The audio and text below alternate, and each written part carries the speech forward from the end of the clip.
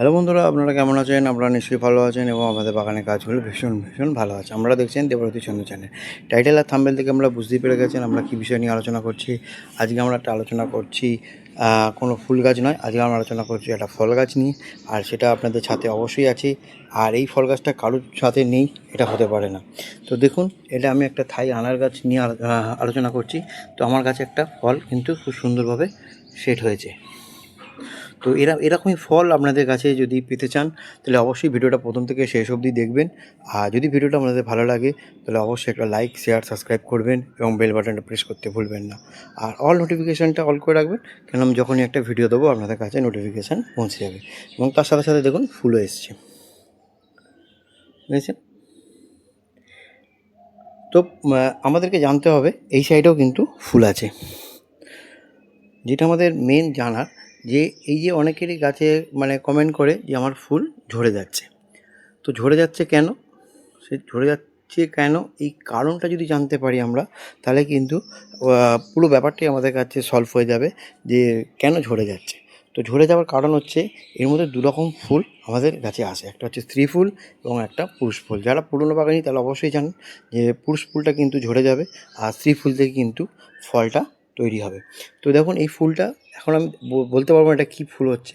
যদি ফুলটা ফুটে যায়, বাইরের দিকে ফুটে যায়, যদি আমার নিচে পড়ে আছে, এই দেখুন দেখাচ্ছি, এই দেখুন এরকম যদি ফুলটা ফুটে থাকে তাহলে এই ঘটির মতন হবে, দুটো পার্ট হবে।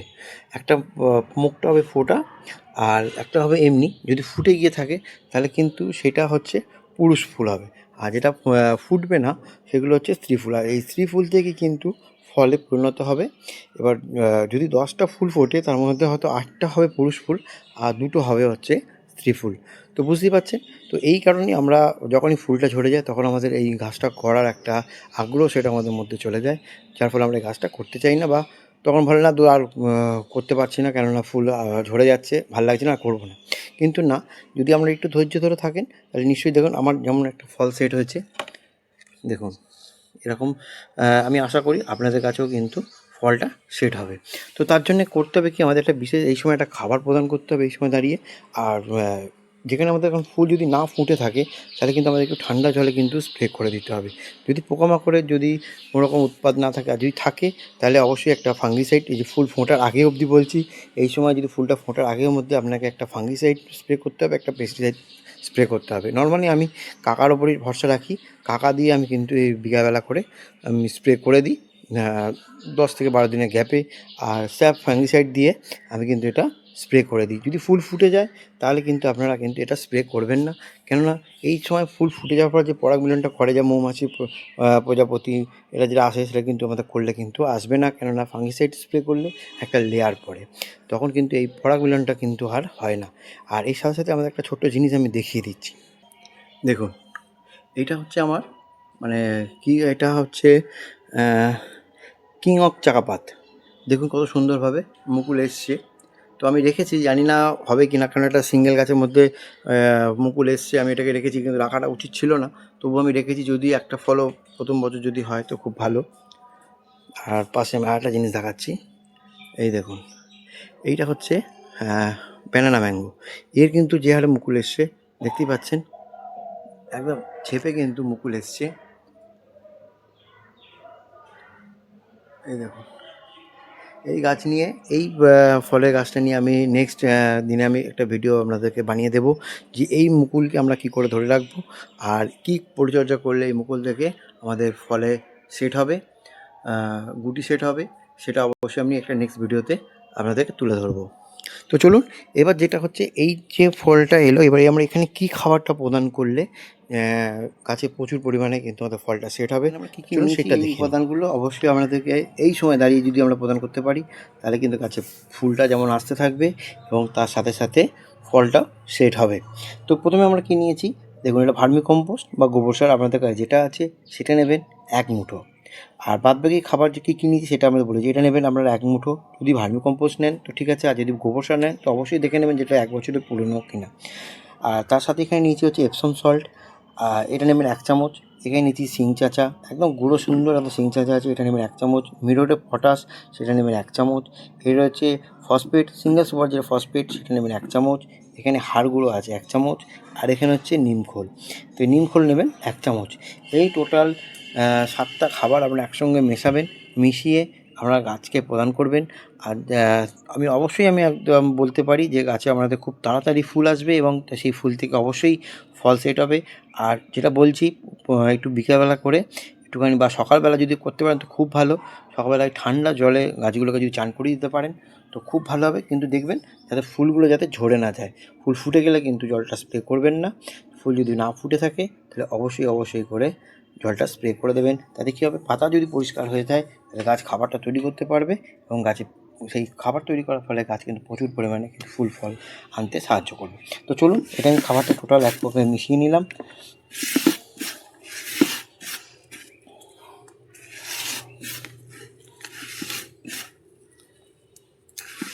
আর যদি কোনো রকম পোকামাকড় উৎপাত যদি না থাকে, যেমন আমার কাছে নেই, তাহলে আপনারা 10 দিন বা 12 দিনের গ্যাপে যদি নিম তেল থাকে সেটা দিয়ে কিন্তু আপনারা স্প্রে করে দিতে পারেন। আর আপনাদের যদি কোনো রকম ফল গাছ থাকে তো অবশ্যই আমাকে কমেন্ট করবেন, আমি সেই গাছ নিয়েও কিন্তু ভিডিও দেবো। আর ফল গাছে তো ভিডিও আসতেই থাকবে। আর যদি কোনো রকম আপনাদের কাছে যদি এক্সট্রা কোনো রকম ফল গাছ থাকে তো অবশ্যই আমাকে কমেন্ট করুন, সেই উত্তর আমি দিয়ে দেবো এবং সেই গাছ নিয়েও আমি নতুন একটা ভিডিও নিয়ে আসবো। চলুন, সুন্দর করে হয়ে গেছে। এবার আমরা করব কি, এই খাবারটা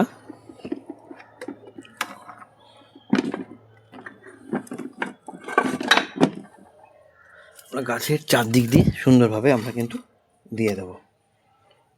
তো মাটিটাকে আস্তে আস্তে এরকমভাবে খুঁড়ে নিতে হবে। আর মাটি কিন্তু একদম ওয়েল ড্রেনেজ হতে হবে, যাতে জল দেওয়া আর বেশি যেন জল জমে না থাকে। আর এই ফুল ফল আসার সময় কিন্তু গাছের একটা জলের প্রবণতা থাকে, কেন জাস্ট কিছুদিন হলো ডরমেন্সি কাটিয়ে কিন্তু আমাদের এই গাছগুলো আস্তে আস্তে নিজেদের যেতে ফিরে আসছে। তো অবশ্যই জলের একটু প্রেশার কিন্তু থাকে বেদানা গাছে, জল কিন্তু একটু বেশি চায়। আপনারা দেখবেন যাতে, আর হ্যাঁ, জল দেবেন বলে এই নয় যে আমি রোজ জল দিয়ে দিচ্ছি আর জল পুরো একদম চুপচুপে হয়ে ভিজে রয়েছে, সেটাও একটু দেখে নিতে হবে। বেশি জলেতেও কিন্তু আপনাদের ফুল কিন্তু ঝরে যাবে, আবার কম জলেতেও ঝরে যাবে। তো সেই বুঝে আপনারা জলের ব্যবস্থাটা যদি আমরা ঠিকঠাক করতে পারেন তাহলে আমি একদম বলতে পারি আপনার গাছে যেমন প্রচুর পরিমাণে ফুল আসবে এবং ফুল থেকে ফলে সেট হবে।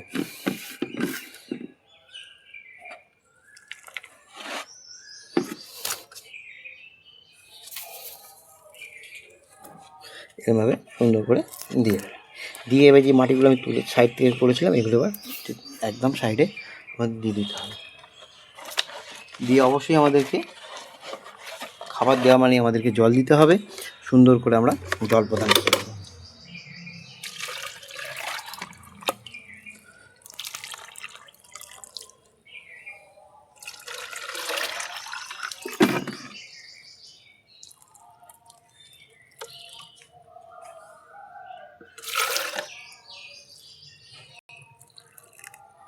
হয়ে গেল।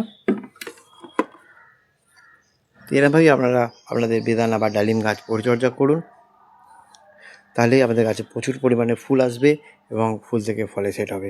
আর যদি কোনো রকম প্রশ্ন থাকে তো অবশ্যই আমাকে কমেন্ট করুন, তার উত্তর আমি দিয়ে দেবো।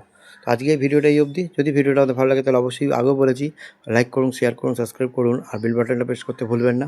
আর অল নোটিফিকেশানটা অল করে রাখুন, কারণ যখন আমি একটা ভিডিও দেবো আপনাদের কাছে নোটিফিকেশান পৌঁছে যাবে। ভালো থাকুন, সুস্থ থাকুন আর দেখতে থাকুন Debarati Chandra channel. Thank you.